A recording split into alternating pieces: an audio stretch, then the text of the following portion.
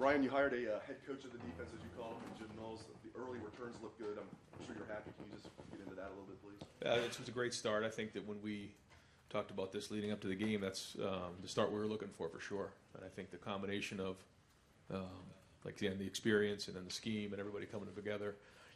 Watching the film, they played really hard. They played fast. They played decisive, similar to the way that we were talking about them leading up to the game. So, good first start, but that just means we can do it. Now we've got to bring it every week.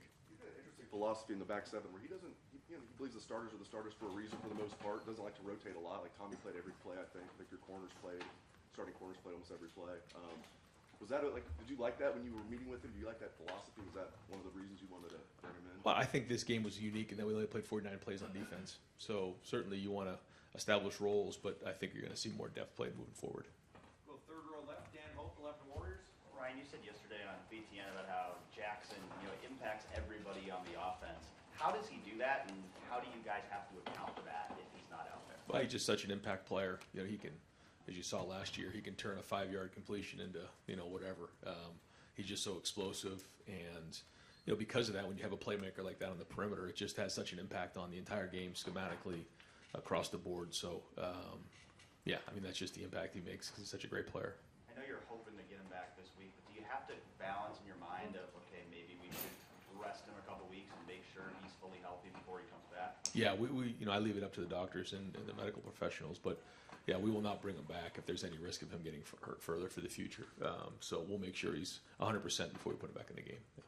Fourth row middle, Pat Murphy, 24/7 Sports. Ryan, you talk about having to win every week here at Ohio State. You have this big game this week, a lot of hype around it. You come out against a non-Power 5 team. How do you keep the same intensity, same everything you need for a week like this after coming off something? Yeah, I think you guys have probably heard me use that term, competitive stamina, and I thought that that showed up in the game on Saturday night. The way that we played in the second half and certainly in the fourth quarter was tremendous because we knew we were going to be in those styles of games when you're playing against really good opponents. We were in some of those games last year. We did okay with other games. We didn't respond like that. We did on Saturday night, and that was a job well done. But that doesn't mean anything this week. We say it all the time after a Sunday practice. Once we walk through those doors and practice is over, we head up to victory meal. The game is done from the week before, no matter what happens, good, bad, or indifferent, because we have to move on because nothing we did last week matters. And it goes back to that term, competitive stamina. Can we bring it every single week? And you've heard us say this, and coaches say it all the time, but we create our standard. And what is our standard? So it's been about us, always has been about us, and we'll continue to use that message this week. And you talked after the game, and you've mentioned a few times, CJ's not focused on stats, he wants to win. Is that something you've seen from quarterbacks as they get into their second, third year playing, starting, whatever it is, or is that a little bit unique for him? Everybody's a little different, but I think what makes CJ unique is a lot of things, but he's a special young man. There's a lot to CJ. He's very deep. He's certainly an excellent player, but I think the impact that he's making on this program has been significant, not just on the field, and you could feel that on Saturday night. Fourth row right, Tony Gertman, Buckeye Huddle. Ryan, Jim addressed the Latham Raisin playing time after the game, saying they wanted to ride the hot hand. And this isn't necessarily about Josh, but is it fair to say there's a lower tolerance for mistakes defensively now, or is this a product of depth, or is it a combination? No, I think it's a combination of all of the above. Yeah, and when you get in that first game and you don't have a lot of at-bats, you have 49 plays, I think more of those things come to the forefront, come to the surface. But no, we're going to need Josh. Josh is going to have to play for us, and he'll play a significant amount this year for sure. And even if there's no message sent, is it fair to say that the team received a message from something like that? I don't know. You'll have to ask them, but I'm very pleased with the way that the guys played on defense, and we'll have to continue to build on that. But the good news is we have really good depth, across the board, and certainly on defense and in the secondary. So, those guys are going to play, and when they get their opportunity to play, they got to make it count. And that's what being at competitive excellence is. We have these terms that are part of our culture, and one of them is that competitive excellence. When your number's called, do you make the play, yes or no? And so, that's what we're looking for. Right next door, Rob Aller, Columbus Dispatch. Ryan, when you get a guy nicked up like Jackson, I know you defer to the medical people, but how hard is it as a coach when a kid really wants to get back in there, whether it's during the next week's practice or during the game. Just how do you deal with that sort of emotionally? Yeah, that's hard. I mean, especially in big games like that, when someone's worked so hard for that moment in such a big game, and Jackson certainly enjoys being in big games. He thrives in it. But we first, like you said, go to the medical professionals and say, can he play or not? If the answer is no, the answer is no. If the answer is yes, the answer is yes. If it's somewhere in between, like we got to kind of see how he does here, then it depends on kind of the maturity of the player.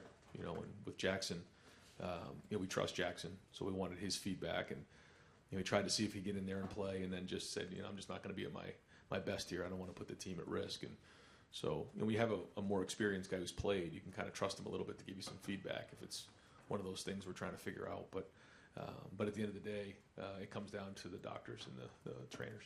You've done this a long time. What impact does a serious injury to a key guy or any guy have on the team? I know it's next man up, but like to the vibe of the team, what does that do?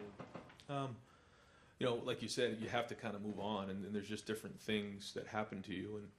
And we talk a lot about the events that are going to happen, the adversity that's coming our way. And the only thing that we can control is our response. There's nothing we can do about what happened. Whether it's a moment in the game, the score of the game at halftime, or something that happens to your teammate like that. And so we try to focus on the response so that we get the best outcome that we want. With that being said, it's not always easy, especially when you have a leader and someone who makes such an impact. So, some hurt more than others. Some situations are harder than others. But I thought our team did respond, and they some guys stepped up. Certainly saw what X did and some of the other guys, and that was good. So, you just when you go into those first games, you just never know what's going to happen. I mean, if you told me in the national championship game, the first game, Trey Sermon's going to break his collarbone, or the first, whatever few plays of the game, Jackson's going to be out of this one, I'd be like, oh my God. But those are the things that happen. You have to have plans in place for when those things occur. Second row right, Nathan Barrett, Cleveland.com. As you reevaluated, what did you see from some of those other receivers, and what's going to have to be better from them going forward? Yeah, no, I thought there were some good plays, some ones we just missed on, and I think there was a couple protection things, not many, but early on there was a couple things, and then just could have been cleaner early. And then I thought we were 9 of 10 there at the end and made some nice plays and kind of got more to a rhythm in the second half. So yeah, there's some things we certainly just technically that we got to clean up, and a lot of those guys, that was their first time playing other than the Rose Bowl in that type of environment. So a lot of good things out there, but a lot to build on. We still got a lot of improvement to make. Certainly know where we need to be. And speaking of guys playing for the first time, I know Donovan Jackson had played before, but obviously a big start against what was going to be a pretty good defensive front. Your evaluation of what he showed physically in that first game? Yeah, same thing. Had some really good plays. Had some plays he wants back, but for the first game against a very veteran defense and veteran front, solid job. I think he graded out a champion, and especially the way that we played in the fourth quarter, he was a big part of that. Third row left, Bill Landis, Rivals. Right. With CJ and the younger receivers, it seemed like a couple times maybe he was expecting them to be maybe a little shallower than they were, or the one that was behind Jackson, or Mecca, maybe he thought Mecca might sit there instead of keep going with his route. Just how long does it take, I guess, for a quarterback and newish receivers to kind of get on the same page when you're trying to determine the landing marks and stuff like that? Yeah, I mean, I think CJ and Jackson certainly have a great chemistry there, and CJ and all the receivers have been working hard, to get on the same page, and they are. They've done a nice job. They've built great chemistry, and now you just have to put it on the field. So there were some plays that weren't executed well enough, and we got to get that fixed, but. We've seen it in practice done the right way, and so we know that they can do it. It's just a matter of going and do it on the field. Looked like Luke had a boot on his foot walking out of the stadium. Is there anything serious with him, or are you just managing something? What's up with that? Yeah, when you come out of those physical games like that, there's always bumps and bruises and things that we want to keep an eye on, but nothing long term there. If you had, I guess the contingency plan up front, if you had to put a new center in, is it Matt, is it Jacob, and then if it's Matt, who's the guard? Right. Yeah, so when Matt went down, Enoch came in and actually gave us some good plays there. We had a counter play where he came around, did a nice job, and I think we picked up about 8 or 9 yards on that play. And so, yeah, it'd be one of the two. We'd either move Matt to center and then move Enoch over to guard, or you bring Jacob in. So those are our two options there. Over to the right, Don Taberry, WBNS 10 TV. Thank you. Coach, after the game, you said you thought that the way that you guys won that game and had to, get it done in the fourth quarter, that would pay dividends down the road. Learning to win that way, how important was that? And was that what you were talking about? Yeah, I mean, Coach Freeman talked about it after the game, that their game plan was to, shorten the game and run the ball and control the clock and limit the possessions on our offensive side of the ball. And so when teams want to do that against us, we have to be able to win in those games and respond. And that's something that's a little bit of a common theme for us. And so being able to run the football, stop the run, control the game in the second half, and play good defense is what we have to be able to do. And we did that. And in a physical game when you're not going to get as many plays. So I think looking back, we could have been more efficient, certainly in the first half on offense, because every play matters in those styles of games. But I thought the attitude was excellent. I thought the toughness was excellent. I thought the way we played, we took care of the football. We tackled well. Those are the things you need to do in opening games. And certainly with the help of the crowd, we were able to kind of, push through in the fourth quarter. And I think it was a seven-minute drive there in the fourth quarter where typically in the past we'd be going a little faster and, maybe trying to score a little faster. But, we were controlling the game, and we felt like if we scored there, we could make it a two-score game. And if we got one more stop, the game was probably over. And, again, that's not typically how maybe we've done things in the past here, but when you're playing good defensively and you're running the football, a win's a win.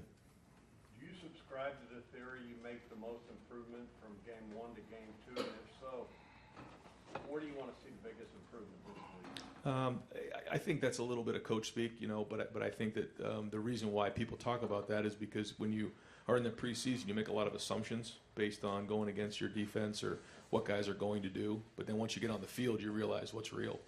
And then you have to be able to make those adjustments and figure out what that is. Kind of wake some guys up.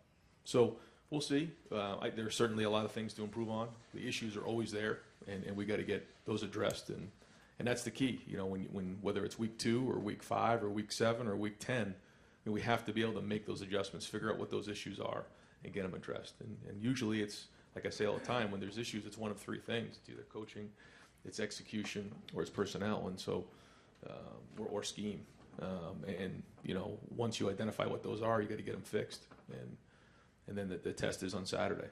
Can you tell us what Jackson injured, or you? No, I'd rather not. Yeah, get in, because once I start getting into that, then I have to kind of do that for everybody. And so we've kind of kept it just available and unavailable. And I try to do the best I can to at least give you an idea what's going on, but not give details of the guys. Third row right, Spencer Holbrook, Letterman Row. Ryan, when your defensive line plays the way it does in the first time out under a new defensive regime, are you even a little surprised at times by how good this defensive line looks this early in a new system change? Oh, it was certainly great to see the play the way that they did. We've seen a lot of that in the preseason. We've seen a lot of that last spring. Guys in the backfield making plays. One of the things that I thought was great in the game was the first play was an explosive play. And I think the easy thing to do would have been like, oh, here we go again. And we've talked a lot, long and hard. I know the defensive side has, and I've talked to the defense that, with our style of defense, at any point we can get a negative play, get them off schedule, and either force a field goal or force a punt because of the different styles and the scheme that we run. And that's exactly what happened. I think they picked up 3 on first down, and then 2nd and 7, Mike gets in the backfield, creates a negative play, 3rd and long, force a field goal. We're off the field. We got a lot of energy. We moved on. Nobody had their heads down. There was no panic. They believed in it. And I think that's Jim's mentality is, give me a yard and we'll defend it. So that was great. But yeah, to see the defensive line win the line of scrimmage was excellent in game 1. I don't want to get too in the weeds, but I think Notre Dame was 0 of 8 on 3rd and more than 7. Seemed like last year there were too many times where 3rd and 1 guys couldn't get off the field. Is that one of those marks where you say, okay, we've made real defensive progress through the offseason, being able to get off the field when we need to? We did in the first game, but that means nothing moving forward. Yeah, we certainly have not arrived, and we only played 49 plays, and that was great, but we got a lot of football to play. But for game 1, it was well executed. But now we got to do it again this week. Fourth row left, Jacob Bench, the Lantern. Yeah, hey Ryan, just building off that, you talked about Jim Knowles' mentality, just the turnover battle Saturday with no turnovers for either side. Just how significant was that to you, and how important is that turnover battle between your two? Well, when you're playing against a team that wants to run the football, it's, usually what they're going to take care of the football a little bit more. There's less risk there. They want to control the game. And there was a lot of field position play back and forth. There were some opportunities in there where maybe in the past I would have gone for it. Early on, I think it was a 4th and 3 around the 40-yard line. I think the year before we went for it against Oregon. Didn't do that. Decided to pooch punt. Got it inside the 10. I think we had 4 punts inside the 15-yard line. So you're playing the field position game. When you're playing against a team that wants to run the ball, you have to be smart because all it takes is one turnover, and you could be up against it. So we tried to do the same thing, run the football, take care of the football, and win that style of game, which is a different style of game than maybe we've been in the past. And we knew that we had to be able to do that if we want to get to where we need to be. Gotcha. And then offensively, talking about running the ball, just going into this week's game, next week's game against Toledo, just how do you plan on managing the running backs between Travion and Mayan there? I know they split carries for majority on Saturday. Yeah, we'll move forward the same way. I thought they really complemented each other well.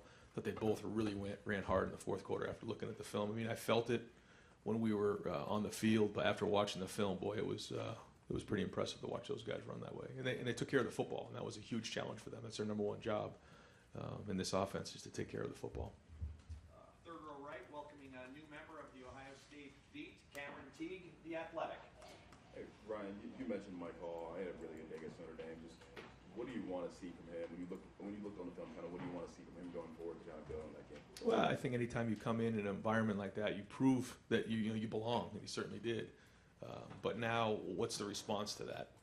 Is it okay? I'm here now. I start to feel good about myself, and I take a step back and gear down, or do I continue to build on that and now show that I can be consistent? Because if you want to be one of the better players in the league, which he certainly has the ability to do, he's got to bring it every week. And that's what the expectation is. So it's one thing to flash in the game. It's another thing to be consistent throughout the entire fall. Front row right, Austin Ward, Rivals, 97.1, The Fan. Ryan, what was the degree of difficulty on that CJ throw to Mayan on the touchdown drive? That's as good as I've seen. Yeah, I mean, the difficulty on that one was really hard. He's going to his left. He got flushed. First off, he did a great job getting out of the pocket. He spun out of the pocket. Mayan came back. It was a throw against the sideline, going to his left, and probably the only place he could possibly fit it. And then Mayan had to catch it clean, otherwise, because there was so little margin for error there. Big time play in a big spot. I think it was 3rd and 3, and got flushed, and he made another play like that on the sideline to Emeka. I think in the 3rd quarter, 2 really good movement throws.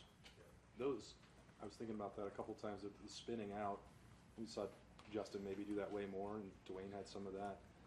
Is that, when you've talked about him using his legs, is that the stuff that's more important to you than him actually running, carrying downfield? I mean, every play has a different set of circumstances. Certainly the situation in the game, down and distance. But extending is a big part of it because it allows receivers more time to get open downfield. But I think if you watch the move, he's moving different. And I think that's a tribute to him and Coach Mick. But when you look at the numbers on the GPS of how fast he's moving, when you just watch his quickness and his overall strength, his body looks different. And that paid off on that drive for sure. Right next door, Joey Kaufman, Columbus Dispatch. Ryan, as far as Jackson and him being evaluated, is there an idea on when he might be how he might be able to practice this week or think? Yeah, I mean, it'll be kind of as the week goes on, we'll get a better feel for it. I think again, I can't really give much details on that, but we'll keep evaluating this week and see how it goes towards the end of the week. And asked about another guy from Rockwell on the other side of the ball. You guys are pretty selective with transfers, and I was wondering when you were looking at Tanner and talking with him back in January, what impressed you about him? What decided that he was a good fit? He came highly recommended from Jim and Jackson. They both knew him and made a few calls on him.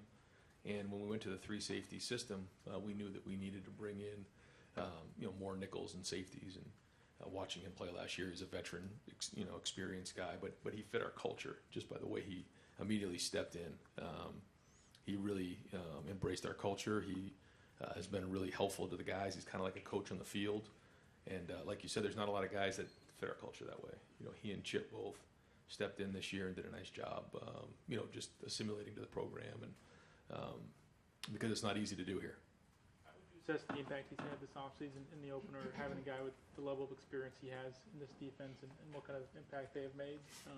out of the gate? Yeah, I mean, Jim, who has a few guys in the sports staff, GAs, and guys that have been with him who know the system, helped early on. But certainly having Tanner there, who knew the system with the secondary guys, made it a lot better because he's out there working extra with the guys, teaching them. Again, he's like a coach in the field, so that certainly shortened the time of learning the scheme. Second row left, Stephen Means, Cleveland.com. Ryan, just from your experience both as a player and as a quarterback's coach, just how many weeks do you typically see it take for a quarterback to kind of get comfortable with new receivers? It varies. Yeah, it varies. I wish I could kind of give you a number, but it varies. Yeah, and I thought there were some really good ones. I thought the throw and catch on the first touchdown, the timing was just excellent between he and Emeka. I thought there was some other good ones too between he and Marvin. The timing on the throw and the touchdown pass to he and Xavier were excellent. So there was good signs out there, and there's been a lot of work done in the preseason too. So we'll kind of keep working at it this week and see where we are on Saturday. And then, how much more control have you given CJ at the line of scrimmage?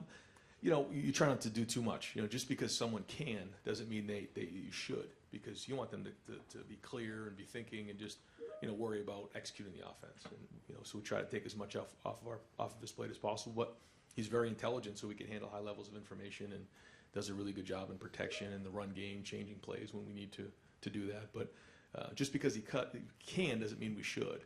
And so I try to be very mindful of that. Do you ever have to scale him back because he's probably asking for more and more?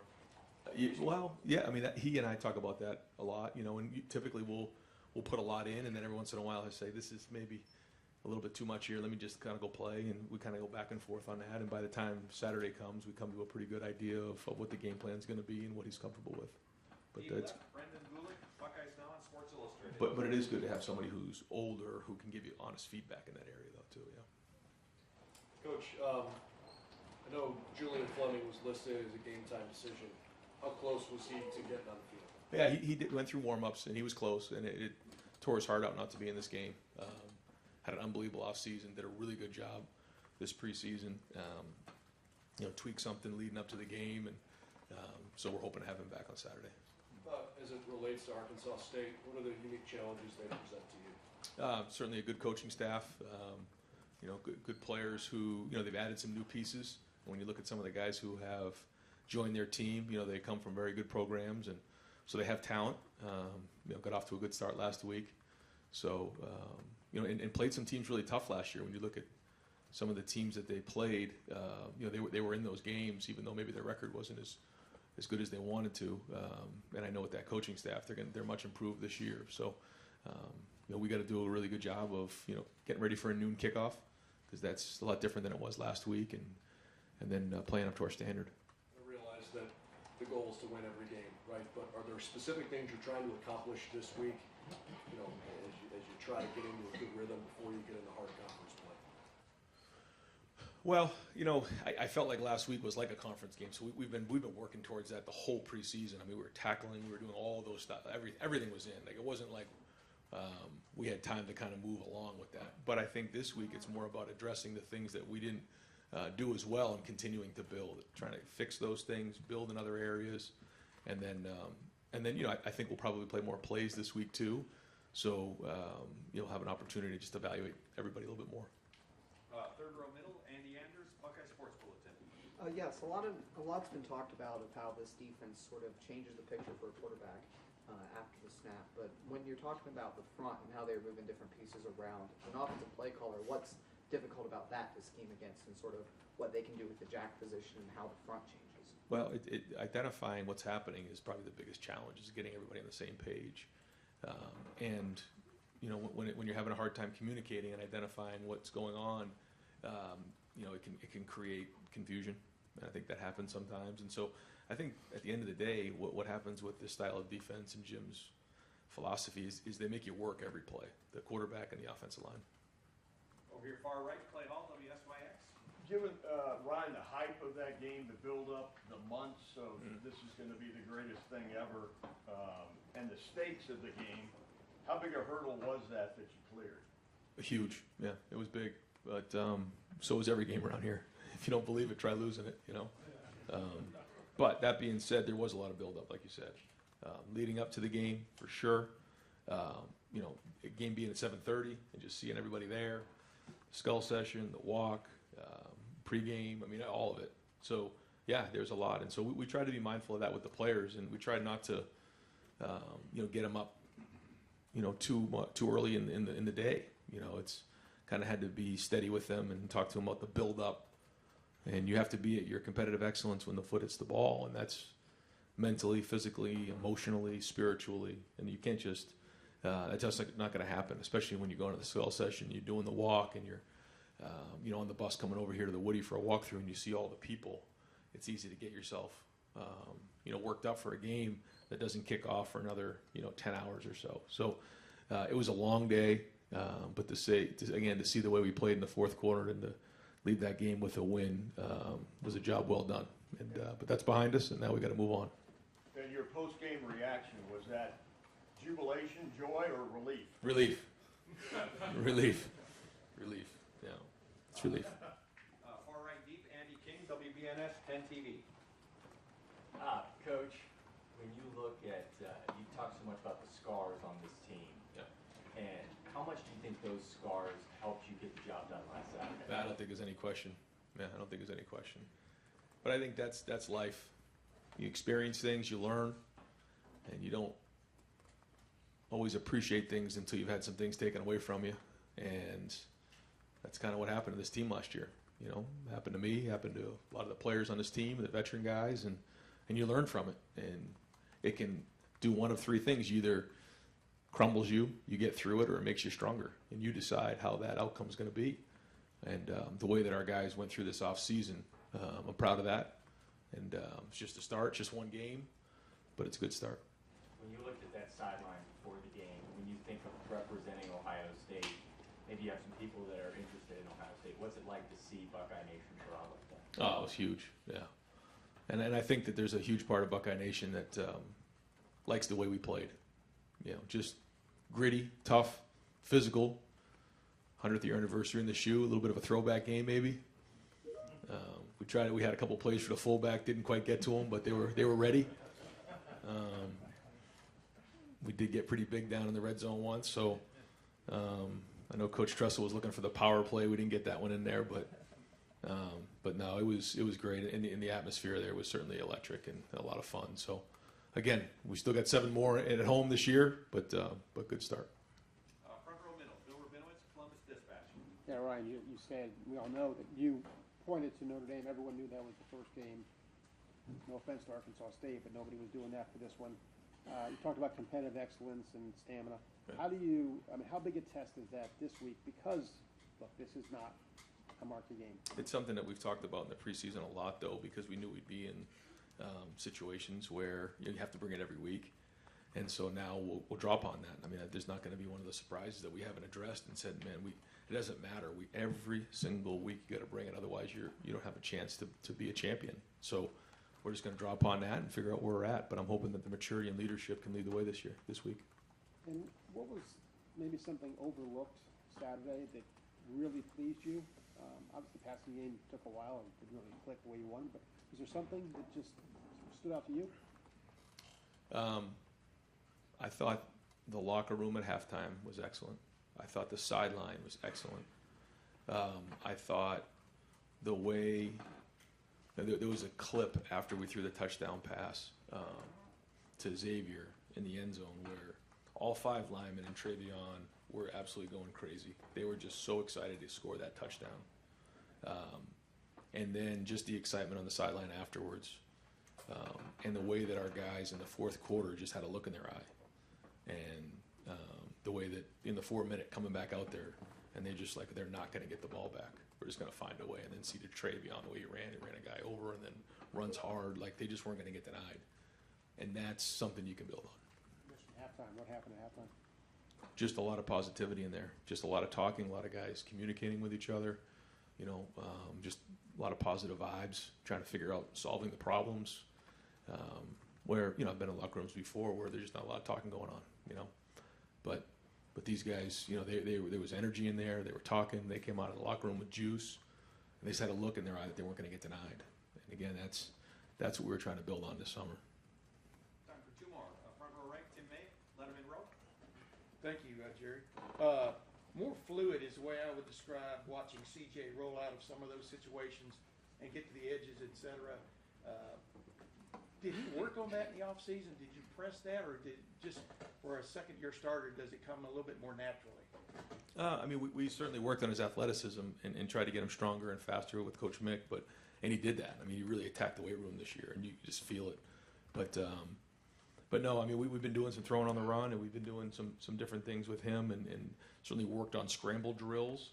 It's been a big emphasis for us, just with 7-on-7 and some of the things that we've done, and with our defense doing a lot of drop 8, we had to, with the 3-man rush, if they're going to drop 8, there's only 3 guys in rush. So to identify that at times and then extend the play makes sense, and it's something that we have worked on some, but a lot of it has to do with him just feeling the game and seeing it.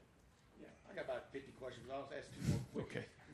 Xavier Johnson, not only did he go in at that moment, but he was up for the moment, because obviously on that touchdown, I think they blitzed both safeties for the first time all game. Yeah. Maybe I'm wrong. No, you're right. What does that just tell you about his awareness? And obviously CJ has had that for a while now. Yeah, What just piqued you about that? Well, it was zero pressure, and in competitive excellence, game on the line.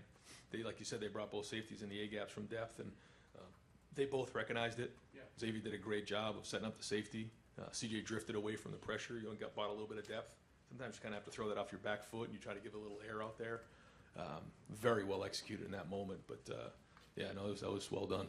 Does that give him more consideration down the road now that Yes. he was up to the moment? Absolutely, yeah, because you never know until you get in there, Yeah. and to see him play like that, he caught 2 balls in a row in a big moment. So absolutely. The last thing, what did it mean to you, and you touched on it a minute ago, to go to jumbo there down the goal line? Y'all had a 3rd and 2 in the first half, didn't get it done, got stuffed. What did it just do for you and this offense of getting something looks like fixed that y'all had trouble with last year? Yeah, it was huge, and just again, I thought it was the attitude of just getting pads down, because at the end of the day, there's going to be extra guys in the box, right? We all know that. So at some point, you got to get your hands inside, you got to get your pad level low, and you got to beat your man, you got to block your man, and then there'll be an extra guy there that the running back has to run over. But that's at the end of the day, that's what it comes down to. So I thought we had that mentality down there, and so we got big and tried to hammer it in there, and we did. And final questions, second row right, Doug Lane Reese, Cleveland.com. Ryan, next year when you guys play Notre Dame, it won't be the opener. I think it's week 3 next year. Just now that you guys have gone through it, can you just reflect on when you play a top 5 team in your opener, how the prep is different, how you come in Sunday after a physical game like that? How different is it playing a team that good in week 1 when you don't have preseason games or anything like that? Yeah, well, you're forced to be really good in preseason. We had 2 scrimmages where we did a lot of tackling, and you're in this balance of figuring out how do you get your team tough and game ready to play at a high level, because it's such a huge game and have such an impact on the rest of the season, but also keep your guys healthy. Just a lot of communication between Mick Marotti and I over and over and over again. I mean, we're in practice, and he'll get the GPS numbers on somebody. He's out, get him out. He's already run too much. Or we look hard and think, go over and over and over again, how much hitting we should do, how many plays in practice we should have. And so between he and I, and then obviously talk to the coaches about their opinion on things, but we just try to figure that part of it out so that they can be at competitive excellence on that night. And I'll give the players credit. They believed, because it was a hard camp. It was not easy. We went hard. We were physical. But I think we had them ready. You got to play the schedule you're given. All things being equal, when you're playing a big-time non-conference matchup like that, prefer week 2 or 3 as opposed to the opener? Or When are you asking me? Now? Great idea. Friday afternoon? Terrible idea. And when you look at this schedule, I'm trying to go little picture off the big picture. Listen, the 12-team playoff is coming. You guys, that world's coming. You look at Wisconsin and Penn State and Michigan State and Michigan, and all the games that you guys have in front of you. Yeah. Right now, as you just played a top 5 team, how hard can a team go? How many times a year could you play a top 25 team every week in college football? Like the NFL, you're playing a great team every Right. week. It's a parity league. Or when guys are in class and they're 19 years old, do you have to play some games where you're not playing a top 25 opponent because of mental and emotional and physical wear and tear in place? Like how tough can it be every week? I think that's a great question. I don't think I have really the answer to that because we really haven't done that before. So I'd be kind of speculating, but it's something to think about for sure. I just haven't quite considered it, you know. But it's interesting, and I think that those are all the really good questions that are coming up as we head into this format. Yeah. You feel right now, you guys just won that game, Yeah. the toughest of game. How much do you think this team feels it right now? Right, like how long is the physical, mental? Well, to get back at it. Yeah, well, that's why we talk so much about competitive stamina, because no matter who you play, we have to play the same way, period. And so when you have that mindset going into a season, that's different than like you're saying, where it's like, okay, I got to get up for this game, but then over here I can take a deep breath. We cannot do that. You do that, that's how you get yourself set up. And I think that's why the theme this year has got to be competitive stamina. Bring it every single week, no matter who you're playing. Whether it's the number 2 team in the country, number 1 team in the country, or somebody that's not ranked, you've got to be yourself. And so we've got to bring it 12 times in a regular season, regardless of who we're playing. And I think you have to really hammer that mindset before you head into the season. You can't just talk about it week 3. And we've been talking about it a lot. So we'll see where we're at. You hinted though. What is your opinion of the 12-team proposed playoff? I mean, I think it's college football exciting. I think it's really exciting, but I think there's a lot of work to be done to figure out a lot of things. But that's why we have the best athletic director in the country to figure those things out, not me.